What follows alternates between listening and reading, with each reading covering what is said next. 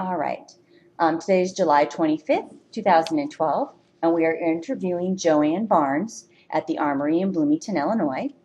And I'm afraid I'm going to have to ask you how old you are.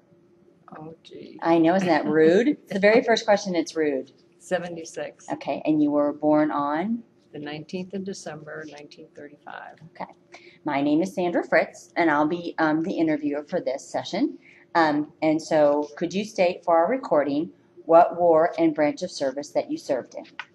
The United States Air Force and Vietnam. Okay. And what was your rank? Well, I went in as a second lieutenant, nurse corps, and I left as a captain. Okay. So you were, what your job assignment was, you worked in the nursing corps. Okay. All right. So the first question is, were you, since I don't have your lovely little sheet here, were you awarded any medals or citations? Yeah, I was awarded 2 medals, but I don't remember what they were, and I never did get them. And I tried to and filled out paperwork, and I still haven't gotten them. So I don't know if I ever will. That's not good. So did you see any combat? No. No. So you were working in the hospital. So what, if anything, do you want to share about the time that you spent working? Now you can divide it up into, each war that you want to, and if you want to take a break in between them, you can. Okay. I didn't even think about that. But you can share whatever you want. We're fine with whatever you want to share. Well, at Luke Air Force Base in Arizona, which was the 4510th U.S. Air Force Hospital, I arrived there on the 11th of February, and believe it or not, it was raining in Arizona. And I worked pretty much all of it was a cantonment hospital, so it was long ramps. It wasn't a building per se, a story building. And I worked in pretty much the women and the men and pediatrics units there. Then I went to, is this okay? Yeah, you're fine. Okay. Then I went to Brooks Air Force Base in Texas, which was Aerospace Medical Center, in March of '61 for 7 weeks. And we learned how to transport the wounded and how to put them on the airplanes and that kind of thing.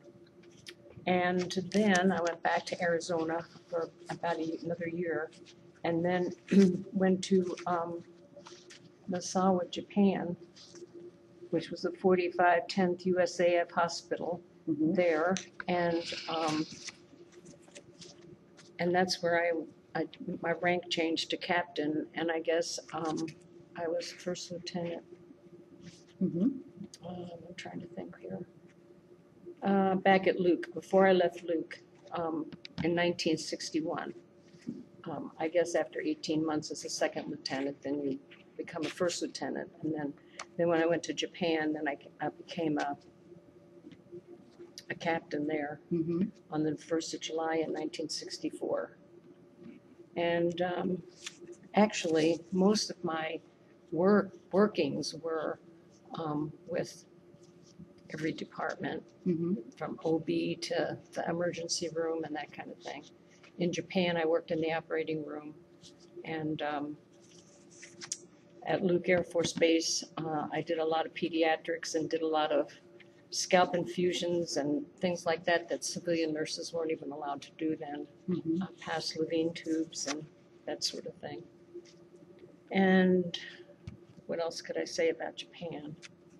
I don't know. I just liked every place I ever was.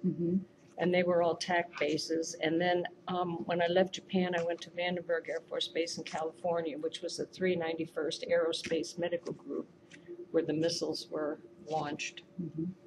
And that was on the 5th of June in 1964.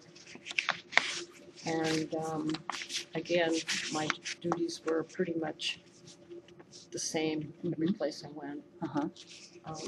Pretty much in charge of all of the units and that kind of thing. And at Vandenberg, I got married on the 20th of February, 1965. And then we went my husband and I went to Dyess Air Force Base. Was he in the service as Yes. well? Mm-hmm. Yeah. And yeah, he was in the nurse corps too. Mm-hmm. At the 819th Medical Group in Texas. We arrived on the 30th of September 1966. And then I got pregnant at Dyess. She was born there. Mm-hmm. And I arrived there on the 27th of January 1967. She was born in 67, so that's when I had to get out of the military. But before, you couldn't be in the military pregnant, Mm-hmm. but now you can. Wow. And you can remain in the military for, till you retire, but I couldn't do that. They insisted that anybody that was pregnant, any of the military that were pregnant had to get out of the military. So, go Well, figure. that's wrong. Yeah, that's what I thought too. But and actually, I don't know if I should even say this or not, but there was another nurse there who the same thing happened to her, and her husband was a lawyer, and he looked up all the regulations, and it didn't say that was the law. It was just something that they decided they didn't want the pregnant nurses around. So he kind of held them up to the point where they paid her then to get out of the service. Wow. And so when I got there, the other nurses told me the same thing. And so I did the same thing. And they had to pay me $1,000 for every year that I served. So that was like $7,000. Well, they should have had to do that. That's ridiculous. Yeah, I thought it was not really fair. No, because he could stay and you couldn't. That's Right. just wrong.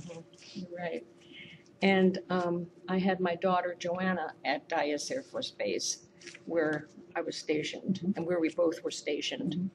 And just recently, she found a book about, who was it, Colonel Dyess, who the hospital was named after at Dyess Air Force Base, and she was born there.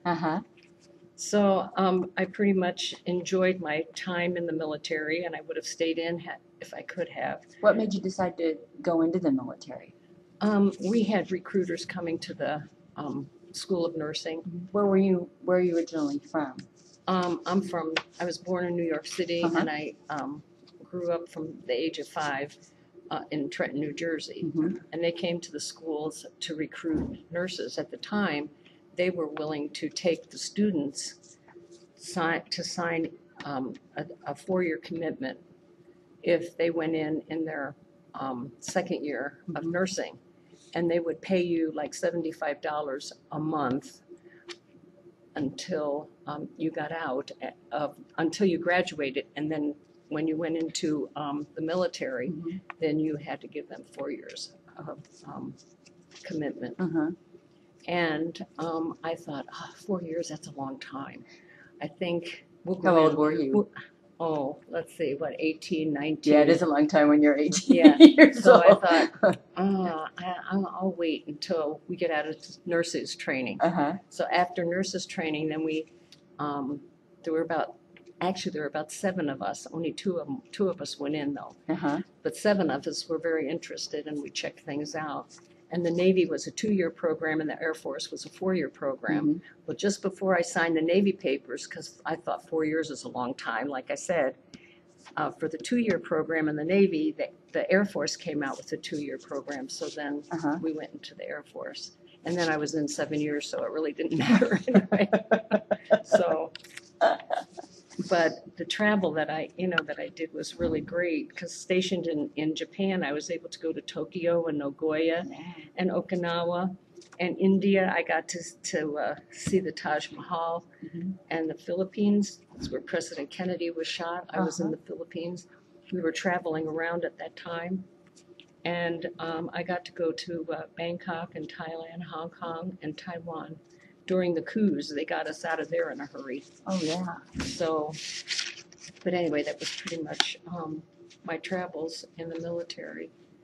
And they always said that you would get at least your 3rd choice when you asked for where you wanted to go. So when I first went in, I asked for, trying to think, Arizona was my last choice, and that's where I got to go. Mm-hmm. And then when I came back from, when I went to Misawa, Japan, then because I was at a small base there, which is at the northern part of the Middle Island near Russia, they let us pick any base we wanted. So I picked Vandenberg Air Force Base, and then I got my first choice there. Uh-huh. So that was kind of cool. But I just had a really good time in the military. I met a lot of people that I still connect with. Yeah. Uh-huh.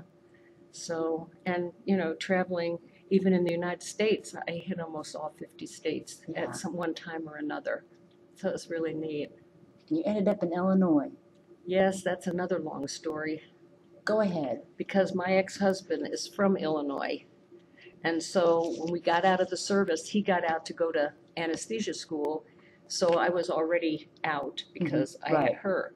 It's all your fault. Yeah, Yeah, it it is. is. It's all my fault.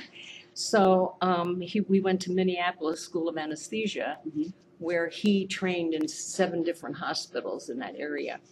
And we wanted to go back to the Southwest. Mhm. So we ended up in New Mexico. And I think we were there about 4 years. No, we were there 2 years. Yeah, we were there 2 years. And then he wasn't happy there because he had to go to El Paso to work. They didn't have any real challenging job in New Mexico. So so he wasn't happy in El Paso either. So one of his friends that he was stationed in Korea with Mhm. was here at Bromen and St. Joe's as an anesthetist. Uh-huh. And he told him that there's a good job here. Well, he decided then that that's what we would do. We'd come here. And Uh-huh. his home is in Dixon, Illinois. So we thought we'd be closer to New Jersey and also to Dixon. So that's how I ended up here. Uh-huh. Now he's in Colorado, where I wish I was. You know, it's pretty in Colorado. I'll give you that. Yeah, I'll give you that. It I is. will. So of your, you saw probably a lot of, well, I would be a terrible nurse because anything would make me pass out, so I would be a terrible nurse. But you probably saw some awful Oh, yeah. Mhm. things, and you said you worked in the surgery as well. Mm-hmm. So did you have to do any rehab or anything with any of the? You know, rehab was not a real big thing then. Okay. Um, at least it wasn't where I was stationed, because like Tachikawa or Lackland Air Force Base or those big bases probably had more of a physical therapy unit than we had. Mhm. So ours was a much smaller hospitals where I was. So in the travels that you did, what are some of your most memorable experiences of your time in the service in those places that you got to go to? Memorable experiences working in the hospitals? Either one or both. I don't know, just going to the Japanese hotels and sleeping the way those people do and that kind of thing. Experiencing their lifestyle. Lifestyle, basically. yeah. It was really in those days. A lot of people didn't do a lot of traveling Right. like that, like they do today. Especially that far. That's right. And so it was an eye opener, you know, to see the culture and the people, and they never say no. So you know, you say you're going to come pick your clothes up that they're making for you in the tailor shop. So you go over there.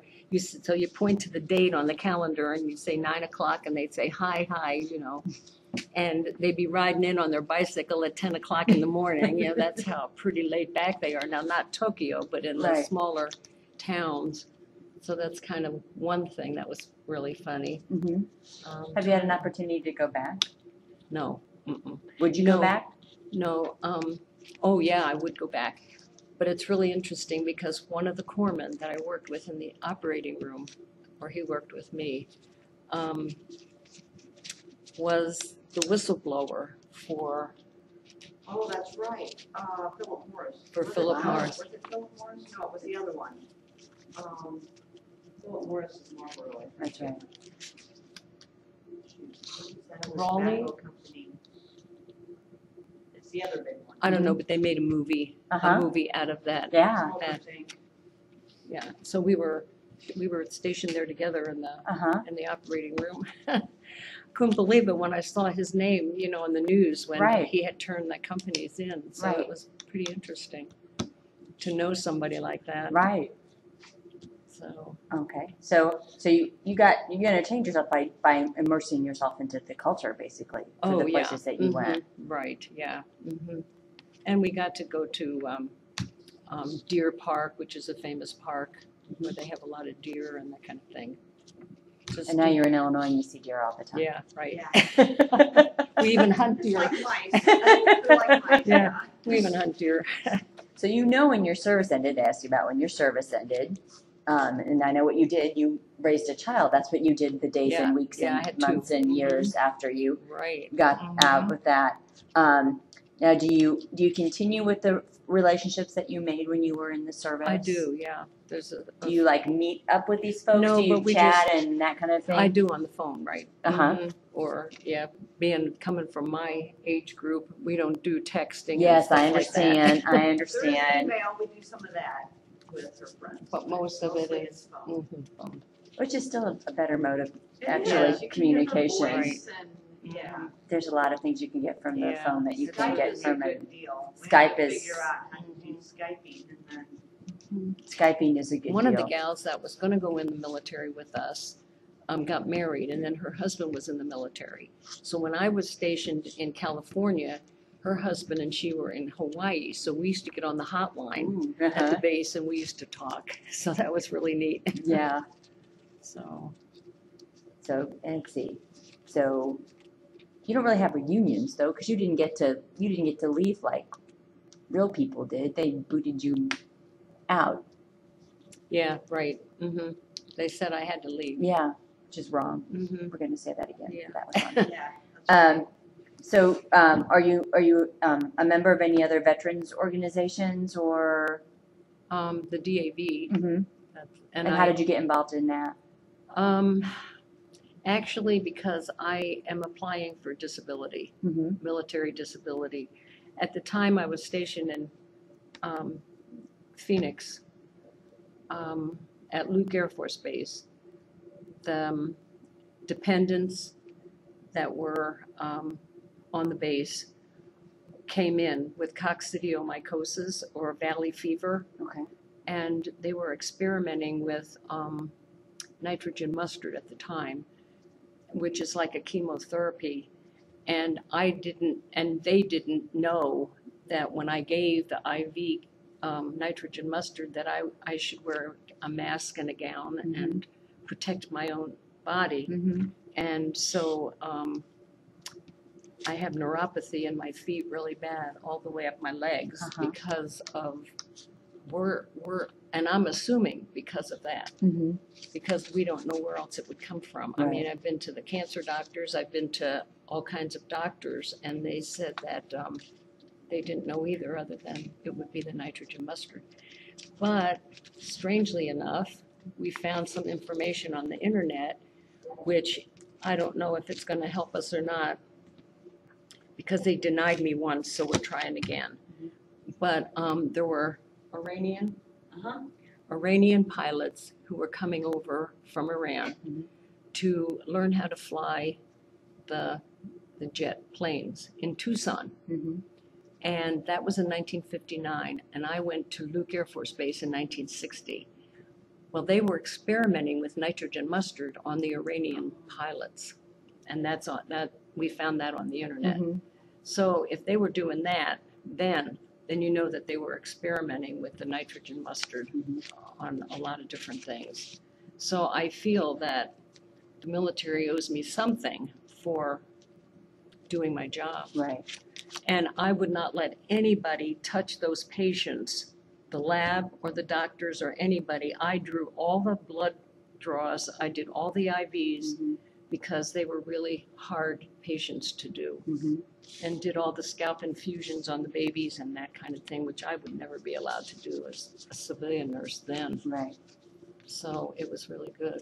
Did you ever go back to nursing at all, or did you? I did, yeah, I did. And I worked on the psych unit here at Broman for 8 years and some nursing homes, which was more of a challenge than I care to admit. Yeah.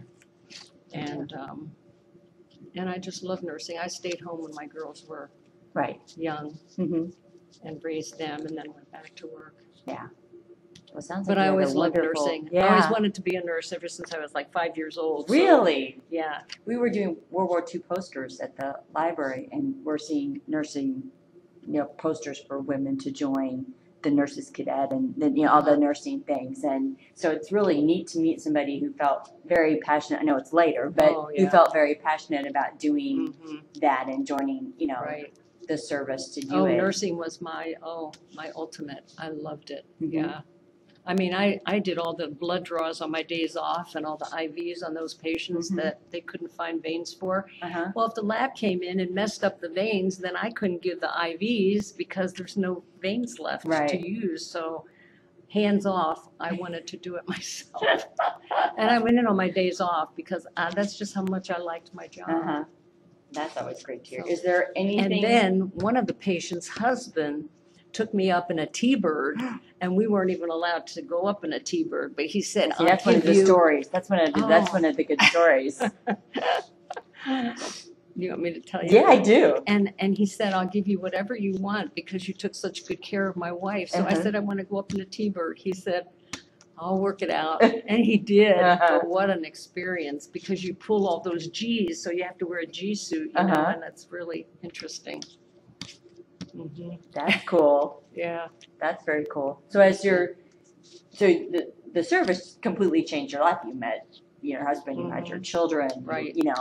all of that. So it made a Right. huge impact on you. It did, right. Hmm. Yeah. Does your military experience, I know it's in the nursing corps, but does your military experience, I don't know, when you train, you said you trained outside of the nurses corps, then you went into the nurses corps. You decided to go to Right. school on When your I own. graduated from nurses training, then I just went in the military. Okay. Mhm. So you we didn't could go have through the, we could have accepted a commission while we were students, Mhm. and then when we graduated, we would go in for 4 years Right. as to pay them back. right. But I decided to wait till I graduated and then go in because I wasn't too sure that 4 years would have been Too long. Yeah. Right. Right. So I would have stayed in 25 years, and my brother was in 25 years. Uh-huh. And he was in the Army, and he's the one, I don't know if you were out there or not when I was saying, but he was the one that flew the Chinook into Vietnam with the Agent Orange, and then flew the wounded out. So I guess we're kind of kindred spirits. Yeah, I guess so. I guess so. So So does your military experience influence what you think about the military or about war because of some of the things that you obviously had to think so. see Yeah, while I you were think it does. working? Yeah, I think so. I have great respect for anybody in the military. Mhm. Whether it's 2 years or whether it's, a lifetime commitment or whatever, but I really do. Mhm. Because it takes a big Yeah. commitment to Mhm. say you'll do And I that. think our president today does not even understand what the military does. Mhm. And I don't think he realizes what he's doing to our military by not holding them up like he should. And tearing down a lot of, the flags that represent military places that should be held, held up as military, I don't know what you would call it, but he wants to tear down all of those representations of the military. Mhm. And I think that's pretty sad. I really do. Yeah. So I don't know why he doesn't respect the military like he should, but it really hurts when you see some of the things that are happening on TV. Now, are there any other stories, any other things you want to share with us? I didn't say. I wish Cleo had given me those questions, and I could have. Because you've got Done things some like, things. did you get along with your officers and fellow soldiers? Where in your case would be Well, the Yeah. Yes and no. We had our differences. who doesn't? Who doesn't in Yeah. a work And environment? of course, the officers aren't supposed to fraternize with the enlisted, and they're not supposed to go to the enlisted club. You're only supposed to go to the officers club, and I was kind of a rebel, so I did a little of everything. But when you work with them, it's not like all of the enlisted are the enlisted men. It's not like they're all like together. Mhm. We're pretty much the officers are all together. Mhm. But you know, you only have one officer, and you have a lot. Like me, I had a lot of corpsmen, so I knew them personally, Right. and I wanted to be with them afterwards because I knew them. Right. I didn't know a lot of the other officers, so Right. I would rather have done that. Right.